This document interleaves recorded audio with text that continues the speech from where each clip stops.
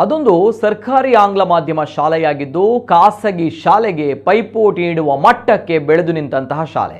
7 ವರ್ಷಗಳ ಹಿಂದೆ ಕೇವಲ 28 ವಿದ್ಯಾರ್ಥಿಗಳಿದ್ದ ಶಾಲೆಯಲ್ಲಿ ಇಂದು 1022 ವಿದ್ಯಾರ್ಥಿಗಳು ವಿದ್ಯಾರ್ಜನೆ ಮಾಡ್ತಾ ಇದ್ದಾರೆ. ಟ್ರಸ್ಟ್ ಒಂದು ಈ ಶಾಲೆಯನ್ನು ದತ್ತು ತೆಗೆದುಕೊಂಡು ಇಷ್ಟೆಲ್ಲ ಅಭಿವೃದ್ಧಿ ಮಾಡಿದೆಯಾದರೂ ಕೂಡ ಇದೀಗ ಶಿಕ್ಷಣ ಇಲಾಖೆಯ ಕೆಟ್ಟ ನಿರ್ಧಾರವೊಂದು ಈ ಶಾಲೆಯನ್ನ ಮುಚ್ಚುವ ಸ್ಥಿತಿಗೆ ತಂದು ನಿಲ್ಲಿಸಿದೆ. ಮುಚ್ಚುವ ಹಂತದಲ್ಲಿದ್ದ ಶಾಲೆಗೆ ಕಾಯಕಲ್ಪ ನೀಡಿದ ಟ್ರಸ್ಟ್. ಖಾಸಗಿ ಶಾಲೆಗೆ ಸೆಟ್ಟು ಹೊಡೆದು ತಲೆ ಎತ್ತಿದ ಸರ್ಕಾರಿ ಶಾಲೆ. ಅಭಿವೃದ್ಧಿಯ ಬಳಿಕ ಟ್ರಸ್ಟ್ಗೆ ಕೋಕ್ ನೀಡಿದ ಶಿಕ್ಷಣ ಇಲಾಖೆ.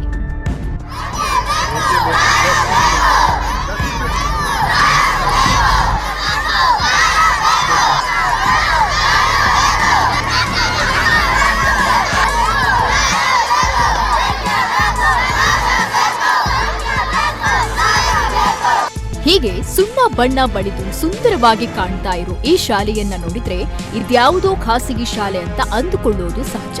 ಯಾಕಂದ್ರೆ ಇಂದು ಸರ್ಕಾರಿ ಶಾಲೆಗಳ ಪರಿಸ್ಥಿತಿ ಹೀನಾಯವಾಗಿದ್ದು ಬಹುತೇಕ ಎಲ್ಲವೂ ಮುಚ್ಚುವ ಹಂತ ತಲುಪಿದೆ. ಆದರೆ ಬಂಟ್ವಾಳ ತಾಲೂಕಿನ ದಟ್ಟಲಕಾಡು ಎಂಬಲ್ಲಿರೋ ಇದು ಕೇವಲ ಸರ್ಕಾರಿ ಮಾತ್ರವಲ್ಲದೆ ಖಾಸಗಿ ಶಾಲೆಯಂತೆ ಗುಣಮಟ್ಟದ ಶಿಕ್ಷಣ ನೀಡ್ತಾ ಇರೋ ಆಂಗ್ಲ ಮಾಧ್ಯಮ ಹೈಸ್ಕೂಲ್. ಕಳೆದ 7 ವರ್ಷಗಳ ಹಿಂದೆ ಈ ಸರ್ಕಾರಿ ಶಾಲೆಯಲ್ಲಿ ಮಕ್ಕಳ ಸಂಖ್ಯೆ 28ಕ್ಕೆ ತಲುಪಿ ಇನ್ನೇನು ಮುಚ್ಚುವ ಹಂತ ತಲುಪಿತ್ತು. ಇದೇ ವೇಳೆ ಶಾಲೆಯನ್ನ ಉದ್ಯಮಿ ಪ್ರಕಾಶ್ ಅಂಚನ್ ಅವರ ಶ್ರೀ ದುರ್ಗಾ ಚಾರಿಟೇಬಲ್ ಟ್ರಸ್ಟ್ ಮೂಲಕ ಅಭಿವೃದ್ಧಿ ಮಾಡಲಾಗಿತ್ತು. ಹಳೆ ಕಟ್ಟಡ ಇದ್ದ ಜಾಗದಲ್ಲಿ ಹೊಸ ಕಟ್ಟಡ ನಿರ್ಮಾಣ ಮಾಡಿ ಕೇವಲ 200 ರೂಪಾಯಿಗೆ ಮಕ್ಕಳಿಗೆ ಇಂಗ್ಲಿಷ್ ಮಾಧ್ಯಮ ಶಾಲೆಯನ್ನ ಆರಂಭಿಸಲಾಗಿತ್ತು. ಶಾಲೆ ಅಭಿವೃದ್ಧಿ ಆದ ಬಳಿಕ ಸರ್ಕಾರ ಕೇವಲ 7 ಜನ ಶಿಕ್ಷಕರನ್ನ ಈ ಶಾಲೆಗೆ ನೀಡಿದ್ರೆ ಉಳಿದ 19 ಶಿಕ್ಷಕರನ್ನ ಟ್ರಸ್ಟ್ ನೇಮಕ ಮಾಡಿದೆ. ಮಧ್ಯಾಹ್ನದ ಬಿಸಿ ಊಟ, ಮಕ್ಕಳಿಗೆ ಉತ್ತಮ ಸಮವಸ್ತ್ರದ ಜೊತೆಗೆ ಉತ್ತಮ ಶಿಕ್ಷಣ ನೀಡ್ತಾ ಬಂದಿದೆ. ಇದೀಗ 1022 ವಿದ್ಯಾರ್ಥಿಗಳು ಇಲ್ಲಿ ಉತ್ತಮ ಶಿಕ್ಷಣ ಪಡಿತಾ ಇರುವಾಗಲೇ ಶಿಕ್ಷಣ ಇಲಾಖೆ ಎಡವಟ್ಟು ಮಾಡಿದೆ. ಶ್ರೀ ದುರ್ಗಾ ಚಾರಿಟೇಬಲ್ ಟ್ರಸ್ಟ್ಗೆ ಶಾಲೆಯ ಜೊತೆಗೆ ಇದ್ದ ಒಡಂಬಡಿಕೆಯನ್ನ ರಿನ್ಯೂವಲ್ ಮಾಡಲು ಅಸಾಧ್ಯ ಅಂತ ಹೇಳಿದೆ.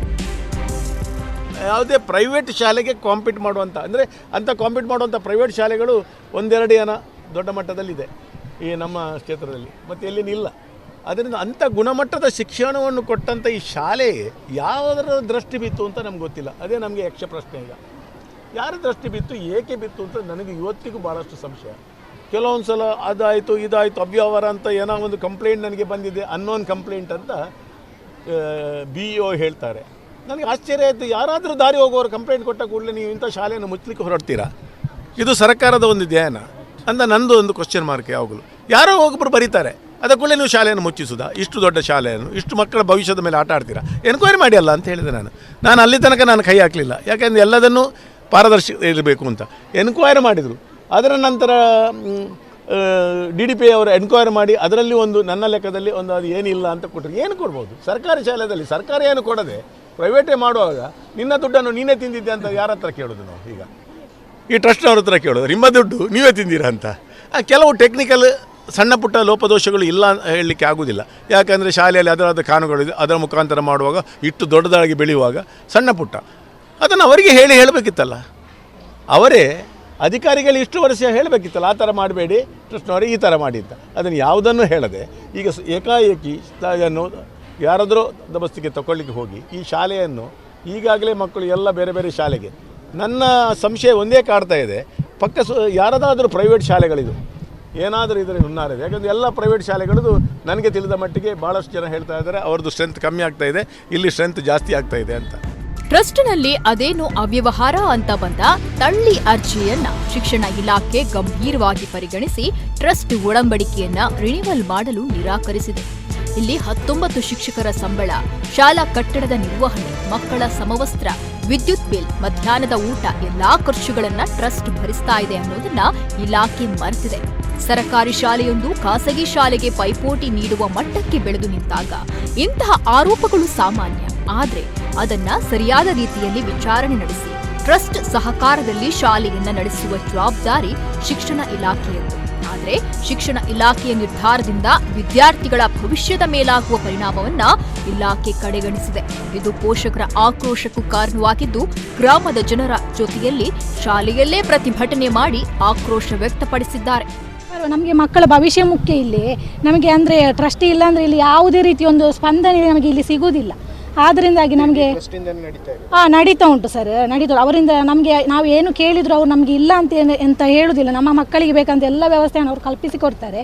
ಆದ್ದರಿಂದ ಟ್ರಸ್ಟ್ ಬೇಕೇ ಬೇಕು ಸರ್. ಅದನ್ನೊಂದು ರಿನ್ಯೂವಲ್ ಮಾಡಿಕೊಡಿ. ನಾವು 1 ವರ್ಷದಿಂದ ಇದು ಸತತವಾಗಿ ಇದರ ಹೋರಾಟ ಆಗ್ತಲೇ ಉಂಟು ಸರ್. ಒಂದು ಏನಾದರೂ ಮಾಡಿ ಇದಕ್ಕೊಂದು ಸೊಲ್ಯೂಷನ್ ನಮಗೆ ಮಾಡಿಕೊಡಿ ಅಂತ ನಾವು ಕೇಳ್ತೇವೆ. ಯಾಕಂದರೆ ನಮ್ಮ ಮಕ್ಕಳ ಎಜುಕೇಷನ್ ವಿಷಯದ ಬಗ್ಗೆ ನಮಗೆ ಚರ್ಚೆ ಏನಾದರೂ ಮಾಡಬೇಕಾದ್ರೂ ಇದಕ್ಕೊಂದು ವ್ಯವಸ್ಥೆ, ಸರಿಯಾದ ವ್ಯವಸ್ಥೆ ಆದರೆ ಮಾತ್ರ, ಇದೊಂದು ಈ ಸಮಸ್ಯೆ ಸಾಲ್ವ್ ಆದರೆ ಮಾತ್ರ ನಮಗೆ ಮುಂದಿದ್ದು ಏನಾದರೂ ವ್ಯವಸ್ಥೆ ಅವರಲ್ಲಿ ಕೇಳಲಿಕ್ಕೆ ನಮಗೆ ಅನುಕೂಲ ಆಗ್ತದೆ ಸರ್. ಆದ್ದರಿಂದ ದಯವಿಟ್ಟು ನಾವು ಹೇಳೋದು, ನಮ್ಮ ಮಕ್ಕಳ ಭವಿಷ್ಯಕ್ಕಾಗಿ ದಯವಿಟ್ಟು ಒಂದು ರಿನ್ಯೂವಲ್ ಕೊಟ್ಟು ಬಿಡಿ ಸರ್, ಅಷ್ಟೇ ನಮ್ಮದು ರಿಕ್ವೆಸ್ಟ್ ನಿಮ್ಮಲ್ಲಿ. ಶ್ರೀ ದುರ್ಗಾ ಚಾರಿಟೇಬಲ್ ಟ್ರಸ್ಟ್ ಈ ಶಾಲೆಯ ವಿಚಾರವಾಗಿ ಕೆಲ ವರ್ಷದ ಹಿಂದೆ ಜಂತರ್ ಮಂತರ್ನಲ್ಲಿ ಹಾಗೂ ಫ್ರೀಡಂ ಪಾರ್ಕ್ನಲ್ಲಿ ಪ್ರತಿಭಟನೆ ನಡೆಸಿತ್ತು. ಆ ಮೂಲಕ ಸರ್ಕಾರಿ ಶಾಲೆಯೊಂದನ್ನ ಖಾಸಗಿ ಶಾಲೆಯಂತೆ ಅಭಿವೃದ್ಧಿ ಮಾಡಿ ಬಡವರ ಮಕ್ಕಳಿಗೆ ಇಂಗ್ಲಿಷ್ ಮಾಧ್ಯಮ ಶಿಕ್ಷಣ ಸಿಗುವಂತೆ ಮಾಡಿತ್ತು. ಆದರೆ ಇದೀಗ ಖಾಸಗಿ ಶಾಲೆಗಳ ಲಾಭಿಗೆ ಮಣಿದಂತೆ ಕಾಣುವ ಶಿಕ್ಷಣ ಇಲಾಖೆ ಈ ಶಾಲೆಯ ಜೊತೆಗಿನ ಟ್ರಸ್ಟ್ ಸಂಬಂಧವನ್ನ ಕತ್ತರಿಸಲು ನೋಡ್ತಾ ಇದೆ. ಇದು ಊರಿನ ಬಡಜನರ ಮಕ್ಕಳ ಭವಿಷ್ಯದ ಪ್ರಶ್ನೆಯಾಗಿರುವ ಕಾರಣ ಶಾಸಕರ ನೇತೃತ್ವದಲ್ಲಿ ಶಿಕ್ಷಣ ಸಚಿವರನ್ನ ಹಾಗೂ ಸ್ಪೀಕರ್ ಖಾದರ್ ಅವರನ್ನ ಭೇಟಿಯಾಗಿ ಮನವಿ ಮಾಡಲಾಗಿದೆ. ಸರಿ ಮಾಡುವುದಾಗಿ ಭರವಸೆ ಸಿಕ್ಕಿದೆಯಾದರೂ ಸರಿಯಾಗುವ ಯಾವುದೇ ಲಕ್ಷಣ ಮಾತ್ರ ಕಾಣ್ತಾ ಇಲ್ಲ. ಹೀಗಾಗಿ ಸರ್ಕಾರಕ್ಕೆ 1 ತಿಂಗಳ ಗಡುವು ನೀಡಿದ್ದು, ಟ್ರಸ್ಟ್ ಒಡಂಬಡಿಕೆ ರಿನ್ಯೂವಲ್ ಆಗದೇ ಇದ್ರೆ ವಿಧಾನಸೌಧದ ಮುಂದೆ ಪ್ರತಿಭಟನೆ ನಡೆಸುವುದಾಗಿ ಟ್ರಸ್ಟ್ ಅಧ್ಯಕ್ಷ ಪ್ರಕಾಶ್ ಅಂಚನ್ ಹೇಳಿದ್ದಾರೆ. ಇದರ ಯಾರು ಮುಖ್ಯ, ನಮ್ಮ ಕಮಿಷನರು, ಪ್ರಿನ್ಸಿಪಲ್ ಸೆಕ್ರೆಟರಿ ಯಾರಿದ್ದೀರಿ, ಶಿಕ್ಷಣ ಮಂತ್ರಿಗಳು, ಮಾನ್ಯ ಮುಖ್ಯಮಂತ್ರಿಗಳು, ಬಡವರ ಮಕ್ಕಳ ಇಲ್ಲಿ ಈ ಶಾಲೆ, ಗೌರ್ಮೆಂಟ್ ಶಾಲೆ ಉಳಿಲಿಕ್ಕೆ ಏನು ಒಂದು ಪಣವನ್ನು ತೊಟ್ಟಿದ್ದೇವೆ. ಇದಕ್ಕೆ ನಾವು 10 ವರ್ಷ ನಿರಂತರ ಹೋರಾಟ ಮಾಡಿದ್ವಿ. ಇದೆಲ್ಲ ನೋಡುವಂಥದ್ದು ಶಾಲೆ ಈ ಊರಿನವರು ಕಟ್ಟಿರುವಂಥ ಆ ಶಾಲೆಗೆ 1 ರೂಪಾಯಿ ನಮ್ಮ ಸರ್ಕಾರದ ಯಾವುದು ದುಡ್ಡು ಇಲ್ಲ. ಈ ಶಾಲೆಗೆ ಸರ್ಕಾರ ದುಡ್ಡಿದೆ, ನೆನಪಿಟ್ಕೊಳ್ಳಿ. ಇದನ್ನು ಮುಚ್ಚುವಂಥ ಕೆಲಸ ಮಾಡಿದರೆ ನಾವು ಉಗ್ರವಾದ ಹೋರಾಟ, ಬಂಟ್ವಾಳ ಅಲ್ಲ, ನಾವು ವಿಧಾನಸೌಧ ಮುಂದೆ ನಾವು ಅಲ್ಲಿ ಧರಣಿ ಕೂತ್ಕೊಂಡು ಇದೇ ಮಕ್ಕಳೊಟ್ಕೊಂಡು ಬಸ್ಸಲ್ಲಿ ಒಂದು ಸುಮಾರು ಬಸ್ಸನ್ನು ಹಿಡ್ಕೊಂಡು ಎಲ್ಲ ಮಕ್ಕಳು ಪೋಷಕರು ಸೇರಿಕೊಂಡು ನಾವು ಅಲ್ಲಿ ವಿಧಾನಸೌಧ ಮುಂದೆ ಪ್ರತಿಭಟನೆ ಧರಣಿ ಕೂತ್ಕೊಳ್ತೀವಿ. ಇದಕ್ಕೆ ದಯವಿಟ್ಟು ಅವಕಾಶವನ್ನು ಮಾಡಿಕೊಡಿ. ಮಕ್ಕಳ ಒಟ್ಟಿಗೆ ಚೆಲ್ಲಾಟವನ್ನು ಮಾಡೋದು ಬಿಟ್ಟು ಈ ಸರ್ಕಾರ ಕೂಡಲೇ ಎಚ್ಚೆತ್ತುಕೊಂಡು ಏನು ರಿನ್ಯೂವಲ್ ಇದೆ, ಸಣ್ಣ ವಿಷಯ, ಒಬ್ಬ ಶಿಕ್ಷಣಾಧಿಕಾರಿ ಸಣ್ಣ ರಿನ್ಯೂವಲ್ ಅಂದರೆ ಏನು ದೊಡ್ಡ ಮಟ್ಟದಲ್ಲ. ರಿನ್ಯೂವಲ್ ಅಂದರೆ ಇಲ್ಲೇ ಶಿಕ್ಷಣಾಧಿಕಾರಿ ಒಂದು ರಿನ್ಯೂವಲ್ ಅಗ್ರಿಮೆಂಟ್ ಅಷ್ಟೇ. ಅದು ಏನು ದೊಡ್ಡದು ಒಂದು ಅಪ್ಲಿಕೇಶನ್ ಕೊಟ್ಟು ಅದನ್ನು ಪಾಸ್ ಮಾಡುವಂಥದ್ದು ಯಾವುದಾದ್ರು ಕ್ಯಾಬಿನೆಟಲ್ಲಿ ಇಡುವಂಥದ್ದಲ್ಲ. ಶಿಕ್ಷಣ ಲೋಕಲ್, ಒಬ್ಬರು ದತ್ತಿ ಯೋಜನೆ ಶಾಸಕರ ಅಡಿಯಲ್ಲಿ ಒಂದು ದತ್ತಿ ಯೋಜನೆ ಇರುವಂಥದ್ದು. ಶಾಸಕರು ಮಾತು ಕೊಟ್ಟ ಮೇಲೂ ನಿನ್ನೆ ಹೇಳಿದ್ದಾರೆ, ಏನಾದರೂ ನಿಮಗೆ ಅಂಥ ಲೋಪದೋಷ ಹೇಳಿ ನನ್ನ ಹತ್ರ ಹೇಳಿ ಅಂತ. ಇಲ್ಲ ಮಾಡಿಕೊಡ್ತೇನೆ, ನಿನ್ನ ಒಪ್ಕೊಂಡು ಹೋದರು. ಇವತ್ತು ಬೇರೆಯೇ. ಸರ್ಕಾರಿ ಶಾಲೆಯೊಂದನ್ನ ಈ ರೀತಿಯಾಗಿ ಅಭಿವೃದ್ಧಿ ಮಾಡಿದ ಬಗ್ಗೆ ಸರ್ಕಾರ ಮೆಚ್ಚುಗೆ ವ್ಯಕ್ತಪಡಿಸಿ ಪ್ರೋತ್ಸಾಹ ನೀಡಬೇಕಿತ್ತು. ಆದರೆ ಇಲ್ಲಿ ಸಾವಿರಾರು ಮಕ್ಕಳ ಭವಿಷ್ಯದ ಜೊತೆಯಲ್ಲೇ ಸರ್ಕಾರ ಚೆಲ್ಲಾಟ ಆಡಲು ಹೊರಟಿದೆ ಅನ್ನೋದು ವಿಪರ್ಯಾಸ. ದಡ್ಡಲಕಾಡು ಶಾಲೆಯ ಅಭಿವೃದ್ಧಿ ರಾಜ್ಯಕ್ಕೆ ಒಂದು ಮಾದರಿಯಾದ ಕೆಲಸವಾಗಿತ್ತು. ಅದನ್ನ ಗಣನೆಗೆ ತೆಗೆದುಕೊಂಡು ಟ್ರಸ್ಟ್ ಜೊತೆಗೆ ಶಾಲೆಯ ಒಡಂಬಡಿಕೆಯನ್ನ ಮುಂದುವರಿಸಬೇಕು ಅನ್ನೋದು ಬಂಟ್ವಾಳದ ಜನರ ಆಗ್ರಹ. ರವೀಶ್ ಮಾಣಿಲ, ನಮಕುಳ್ಳ ನ್ಯೂಸ್, ಮಂಗಳೂರು.